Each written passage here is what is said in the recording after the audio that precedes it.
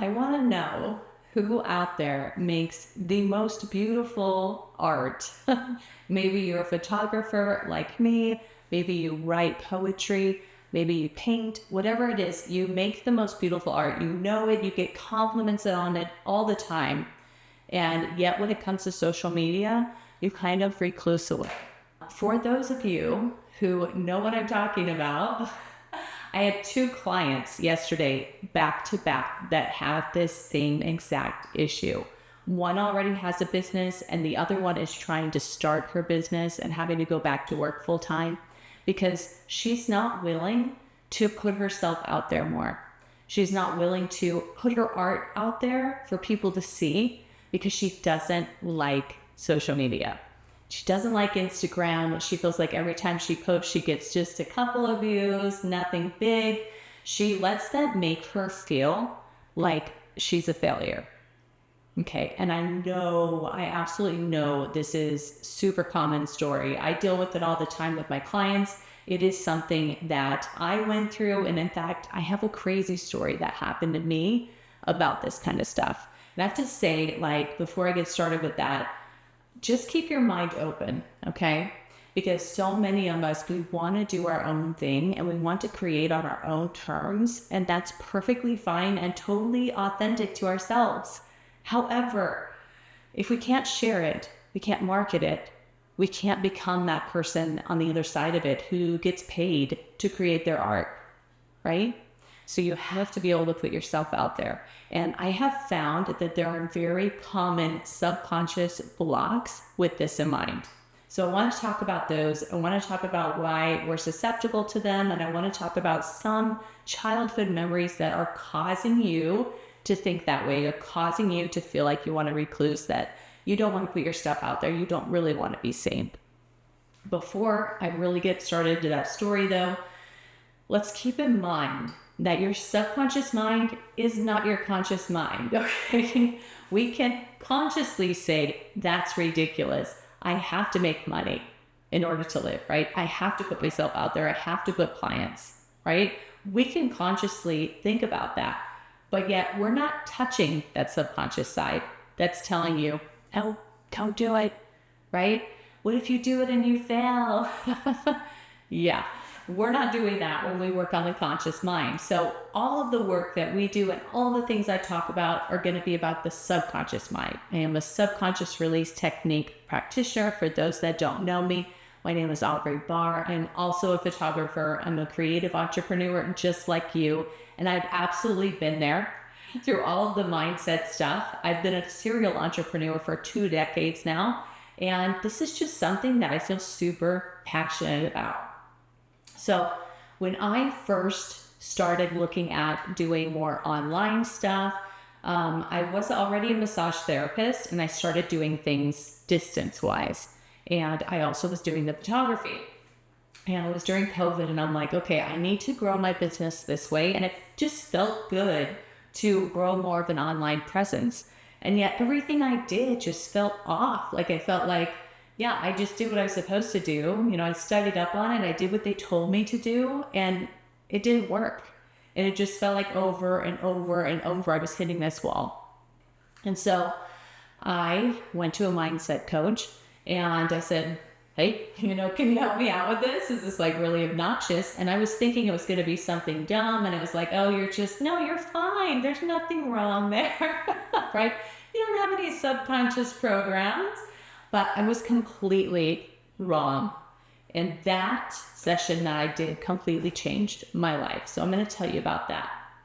I was talking to this subconscious release technique coach, and we were talking about being wealthy and putting yourself out there, making the income that you need and having opportunities. She said to me, well, when you think about you having money or having things or having just, let's say, everything you need, your bills are covered and all that, like, what does that feel like to you? I said, that feels freaking good, right?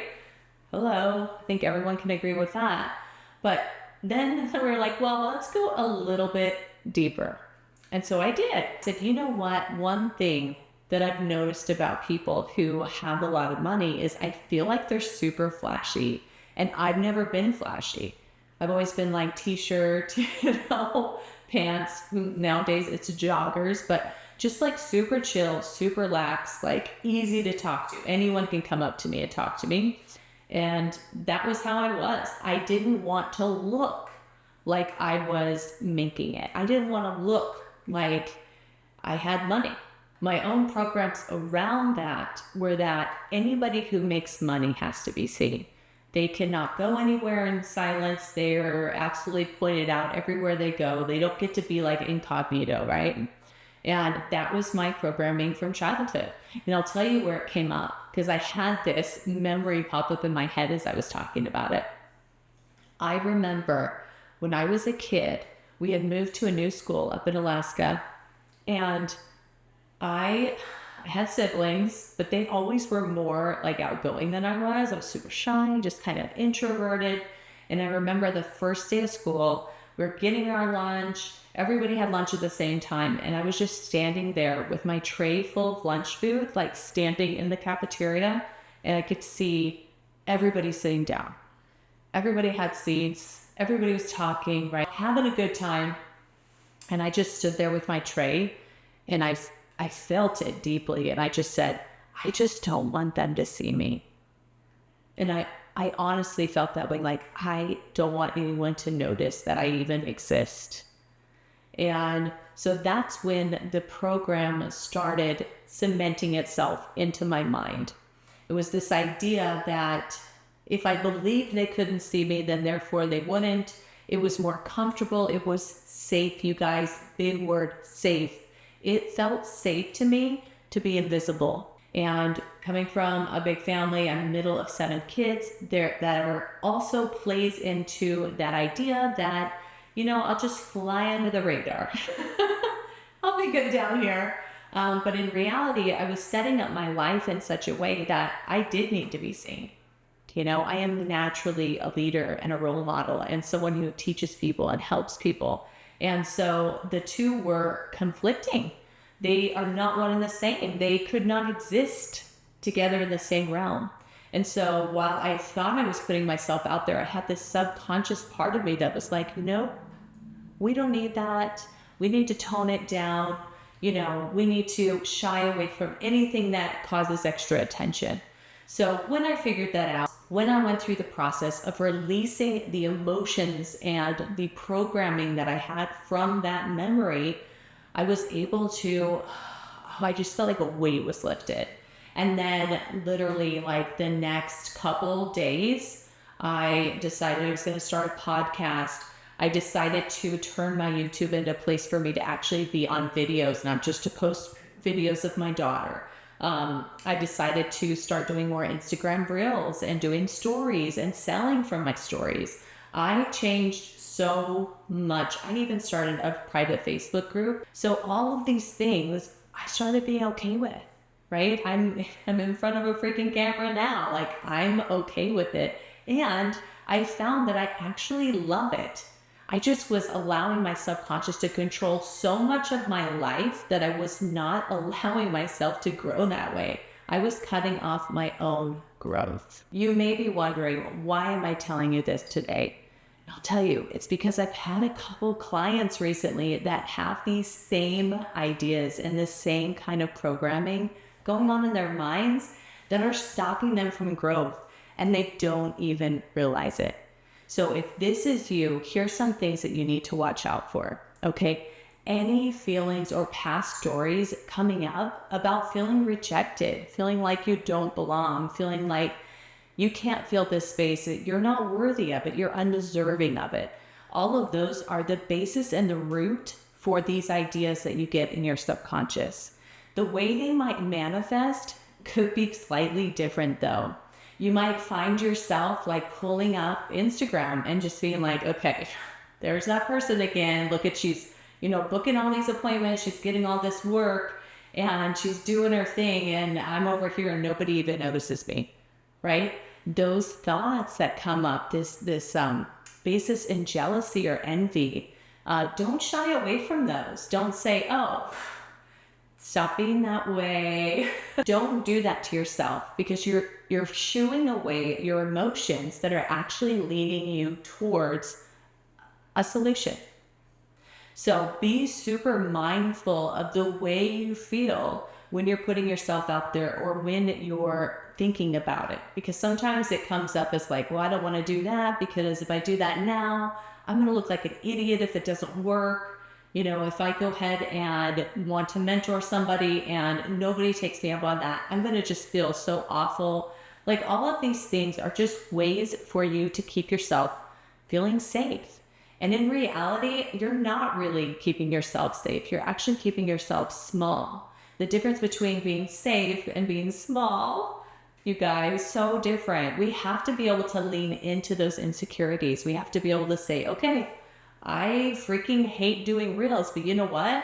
Like nobody's going to see my stuff if I don't do it, right? That's you consciously talking yourself into it.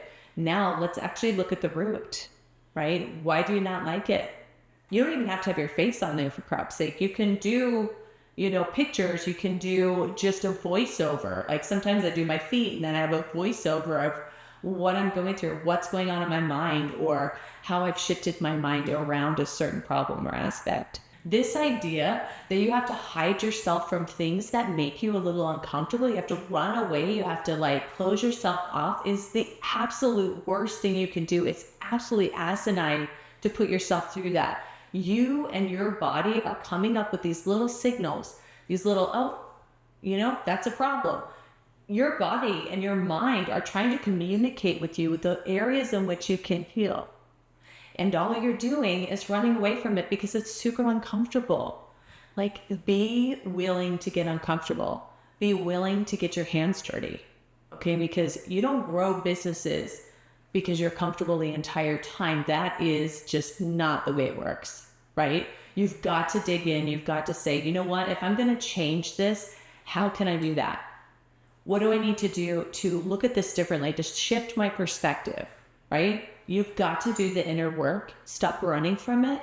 That's my advice for you today, actually. It's if I could give you one thing to focus on right now today, it would be to start really thinking about those feelings that come up for you. A lot of times we have memories, and in a situation where I'm loosely using the word trauma, okay? Trauma is like the story I mentioned earlier with my cafeteria tray. That was traumatic, okay? But yet most people would say, no big deal. Okay, let's get rid of the negative connotation around the word trauma and just address it as it is, okay? Any trauma experiences you had where you got that feeling of an insecurity that got locked inside your body, those feelings, those emotions are trapped in there. And guess what? They're going to be trapped in there till you release them. So you get to decide when that's going to be. You get to decide how long you have to be uncomfortable before you get that massive amount of growth. That's on your plate, right? You get to decide. That's the beauty of it. If you're watching this and you watched it this far, you must have something going on where you can start to connect those dots between how you feel, your insecurities, and what the story was behind that. Let's connect those dots so that way you can start to heal and move closer to your big goals. Okay, that is the way out. It's not to consciously think, oh, you're fine. No worries. No, everyone deals with that. That's not even as bad as some people deal with. Like, all of that is not productive. It just saves them for another day. And then you end up exploding with all these emotions. So if you need help with this, I have a very quick and easy way to release trapped emotions from your upper shoulders and neck. It's my favorite, like, easy thing for people to do. It's a freebie. Check it out down here in the notes. You guys, you cannot lose. It's a simple recording. It takes 7 minutes and it walks you through some somatic healing so you can release some emotions that I find are most common getting trapped in the upper shoulders and in the neck. So go ahead and do that. Let me know what you think. And then let me know if you have questions. I'd love to do more videos like this where I help answer questions. I help connect dots for people between the subconscious mind and the creative entrepreneur side. Let's connect those. Let's see what kind of differences we can make. All right, guys, have a beautiful day.